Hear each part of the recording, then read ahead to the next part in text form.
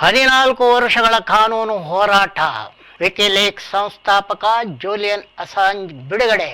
14 ವರ್ಷಗಳ ಕಾನೂನು ಹೋರಾಟ ನಡೆಸಿ ವಿಕಿಲೀಕ್ಸ್ ಸಂಸ್ಥಾಪಕ ಜೂಲಿಯನ್ ಅಸಾಂಜ್ ಅವರು ಬಿಡುಗಡೆ ಹೊಂದಿದ್ದಾರೆ. ಈಗ ಅವರು ತನ್ನ ಮನೆ ಇರುವ ಆಸ್ಟ್ರೇಲಿಯಾದ ಕ್ಯಾನ್ಬೆರಾಕ್ಕೆ ಹೋಗಬಹುದು. ಆದರೆ ಅವರು ಅಮೆರಿಕ ಸಂಯುಕ್ತ ಸಂಸ್ಥಾನಕ್ಕೆ ಹೋಗುವಂತಿಲ್ಲ ಎಂದು ಕೋರ್ಟ್ ಕಟ್ಟಪ್ಪಣೆ ಮಾಡಿದೆ. ಅಸಾಂಜ್ ಅವರು ಮಾಡಿದ ತಪ್ಪೇನು?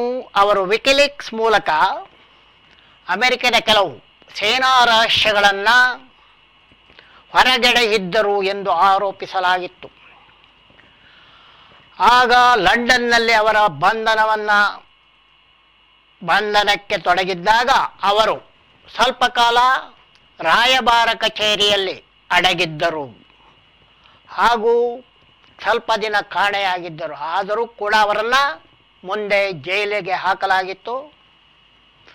ಅನಂತರ ಕೇಸು ಎಳೆದುಕೊಂಡು ಹೋಗಿ 14 ವರ್ಷಗಳ ಬಳಿಕ ಅವರು ಈಗ ಬಿಡುಗಡೆ ಪಡೆದಿದ್ದಾರೆ. ವಿಕಿಲೀಕ್ಸ್ ಸಂಸ್ಥಾಪಕ ಅಸಾಂಜ್ ಅವರು ಬಿಡುಗಡೆ ಪಡೆದಿದ್ದರು. ಅವರ ಮುಖ್ಯ ಕಾರ್ಯಕ್ಷೇತ್ರವಾಗಿದ್ದಂಥ ಅಮೆರಿಕಕ್ಕೆ ಹೋಗಬಾರದು ಎನ್ನುವಂಥ ಕಟ್ಟಪ್ಪಣೆಯೊಂದನೆ ಬಿಡುಗಡೆ ಆಗಿದ್ದಾರೆ.